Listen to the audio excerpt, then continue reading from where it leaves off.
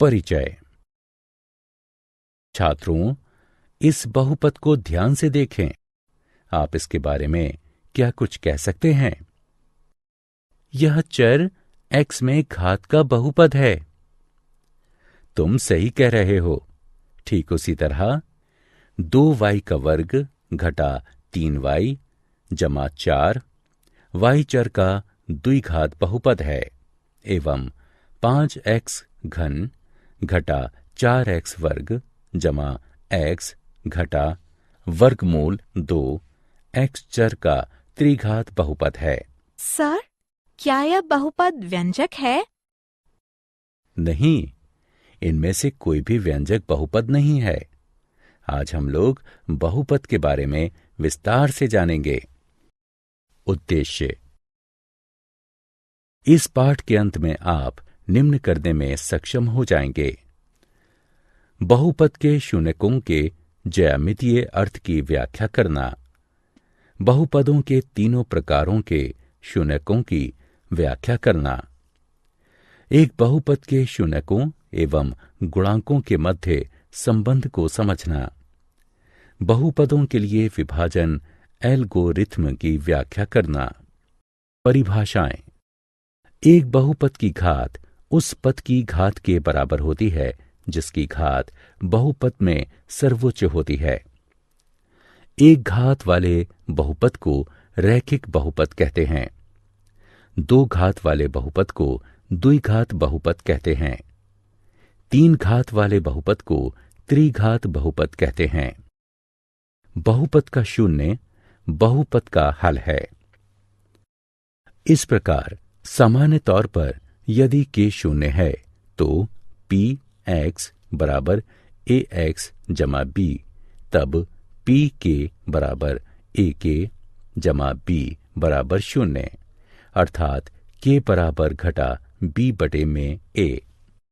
अतः ax जमा b रैखिक बहुपद का शून्यक होगा। माइनस b बटे में a जो कि बराबर होगा घटा अचर पद बटे x के गुणांक के। बहुपद के शून्यकों का ज्यामितीय अर्थ।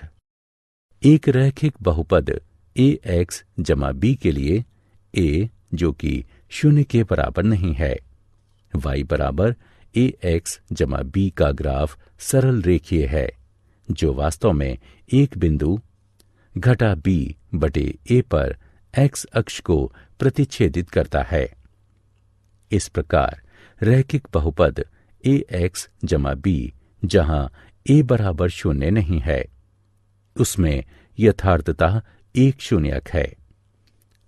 बहुपद समीकरण y बराबर ax वर्ग जमा bx जमा c द्विपद समीकरण है। द्विपद समीकरण का ग्राफ परवलयिक होता है। बहुपद के शून्यकों का ज्यामितीय अर्थ। y बराबर ax वर्ग जमा bx जमा c के ग्राफ के आकार का प्रेक्षण करने से तीन स्थितियां संभावित हैं। आइए एक एक कर इन तीनों स्थितियों पर विचार करते हैं। स्थिति 1। इस स्थिति में ग्राफ x अक्ष को दो भिन्न बिंदुओं a एवं a' पर काटता है।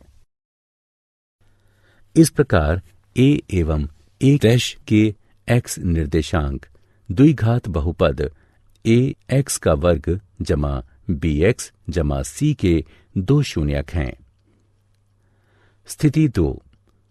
इसमें ग्राफ x अक्ष को वास्तव में एक ही बिंदु पर काटता है, अर्थात दो संपाती बिंदुओं पर। प्रथम स्थिति के दो बिंदु a एवं a' यहां एक रूप सन्निपतित होकर एक बिंदु a में परिणत हो जाता है। स्थिति 3। इसमें या तो ग्राफ पूर्ण रूपेण x अक्ष के ऊपर होता है या फिर पूर्ण रूपेण x अक्ष के नीचे। यहां x अक्ष को किसी भी बिंदु पर नहीं काटता।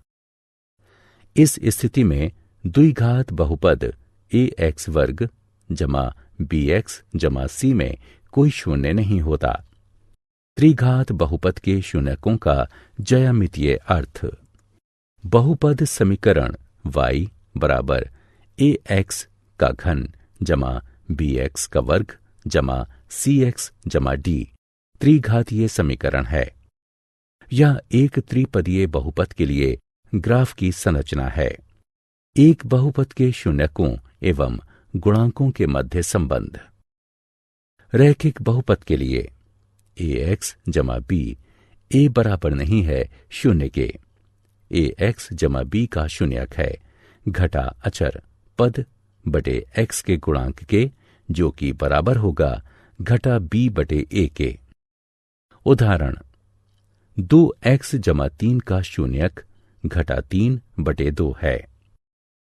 द्विघात बहुपद ax का वर्ग जमा bx जमा c a जो बराबर नहीं है शून्य के।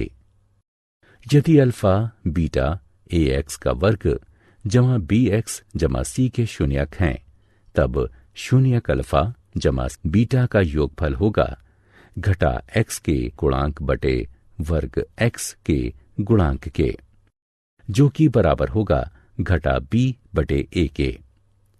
शून्यक अल्फा बीटा का गुणनफल बराबर होगा अचर पद बटे वर्ग x के गुणांक के, जो कि बराबर होगा c बटे a के। उदाहरण यदि अल्फा बीटा 2x वर्ग जमा 3x जमा 2 के शून्यक हैं, तो अल्फा जमा बीटा बराबर है घटा 3 बटे 2 के, और अल्फा गुणा बीटा बराबर होगा 2 बटे 2 यानी 1 के। त्रिघातीय बहुपद के लिए यदि अल्फा बीटा गामा त्रिघातीय बहुपद ax का घन जमा bx वर्ग जमा cx जमा d बराबर शून्य के शून्यक हैं, तब शून्यक अल्फा बीटा गामा का योगफल होगा घटा वर्ग x के गुणांक बटे घन x के गुणांक के, जो कि बराबर होगा घटा b बटे a के। यहां अल्फा बीटा जमा बीटा गामा जमा अल्फा गामा बराबर है x के गुणांक बटे घन x के गुणांक के, जो कि बराबर होगा c बटे a के। शून्यक अल्फा बीटा गामा का गुणनफल बराबर होगा घटा अचर पद बटे घन x के गुणांक के, जो कि बराबर होगा d बटे a के। उदाहरण के लिए यदि अल्फा बीटा गामा 4x का घन जमा 2x वर्ग जमा 3x जमा 1 के शून्यक हैं, तो अल्फा जमा बीटा जमा गामा बराबर है घटा 2 बटे 4 के। अल्फा बीटा जमा बीटा गामा जमा अल्फा गामा बराबर है 3 बटे 4 के। अल्फा गुणा बहुपदों के लिए विभाजन एल्गोरिथ्म। यदि px एवं gx दो बहुपद हैं, जबकि gx बराबर नहीं है शून्य के, तब हम बहुपद qx एवं rx इस प्रकार ज्ञात कर सकते हैं। px बराबर gx गुणा qx जमा rx, जहां rx बराबर शून्य अर्थात rx की घात छोटी है gx की घात से। आइए 5x घन घटा वर्ग x जमा 6 को x घटा 4 से भाग करते हैं। हल। सबसे पहले समस्या को व्यवस्थित करते हैं। स्मरण रहे कि हमारे लिए यह आवश्यक है कि पदों को घातांकों के घटते क्रम में लिखें तथा यह सुनिश्चित करें कि हमसे कोई त्रुटि नहीं हो। हम कोई भी अनुपस्थित पद शून्य गुणांक के साथ जोड़ते हैं। प्रथम बहुपद का प्रथम पद प्राप्त करने के लिए x घटा 4 के गुणन की आवश्यकता पड़ती है। इस स्थिति में यह 5x वर्ग है। इस प्रकार x घटा 4 को 5x वर्ग से गुणा करते हैं एवं गुणनफल को प्रथम बहुपद में से घटाते हैं। इस प्रकार बने नए बहुपद को शेष कहते हैं। हम इस प्रक्रिया को तब तक जारी रखते हैं जब तक कि शेष की घात भाजक की घात की तुलना में न्यून न हो जाए। इस स्थिति में यह x घटा 4 है।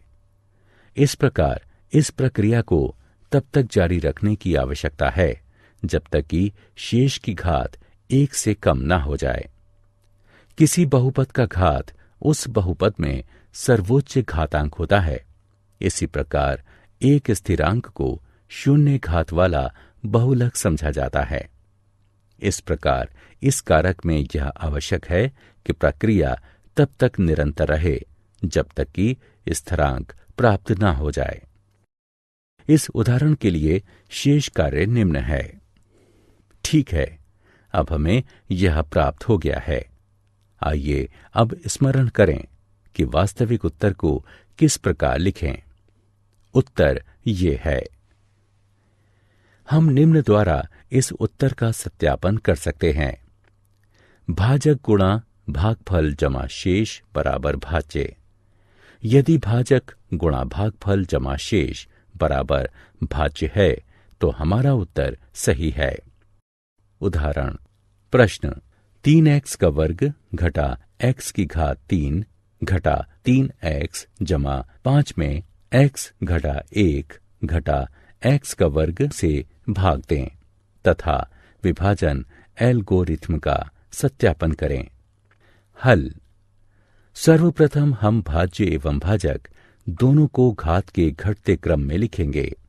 इस प्रकार भाज्य बराबर घटा x का मान 3 जमा 3x वर्ग घटा 3x जमा 5 एवं भाजक बराबर घटा x वर्ग जमा x घटा 1।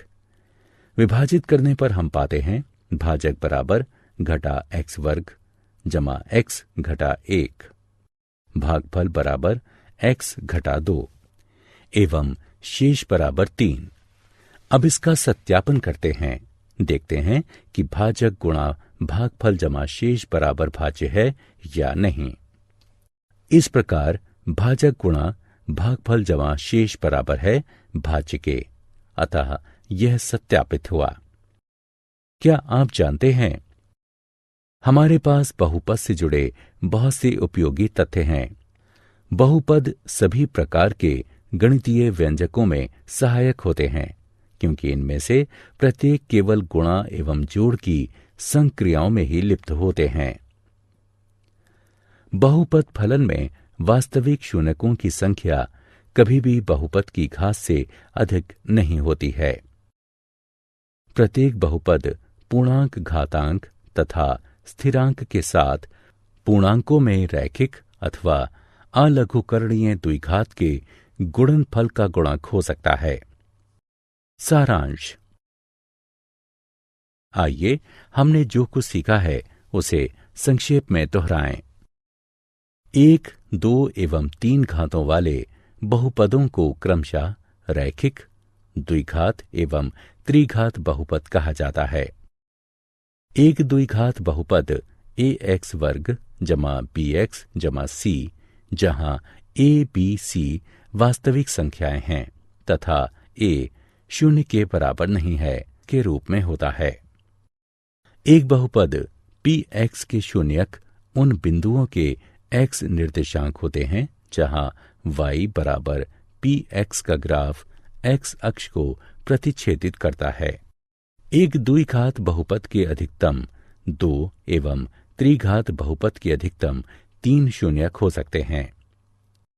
यदि द्विघात बहुपद ax वर्ग जमा bx जमा c के शून्यक अल्फा एवं बीटा हैं तो अल्फा जमा बीटा बराबर है घटा b बटे a के। अल्फा बीटा बराबर है c बटे a के। यदि त्रिघात बहुपद ax की घात 3 जमा bx वर्ग जमा cx जमा d बराबर 0 के शून्यक अल्फा बीटा a गामा है तो अल्फा जमा बीटा गामा बराबर है घटा b बटे a के। अल्फा बीटा जमा बीटा गामा जमा गामा अल्फा बराबर है c बटे a के। अल्फा बीटा गामा बराबर है d बटे a के।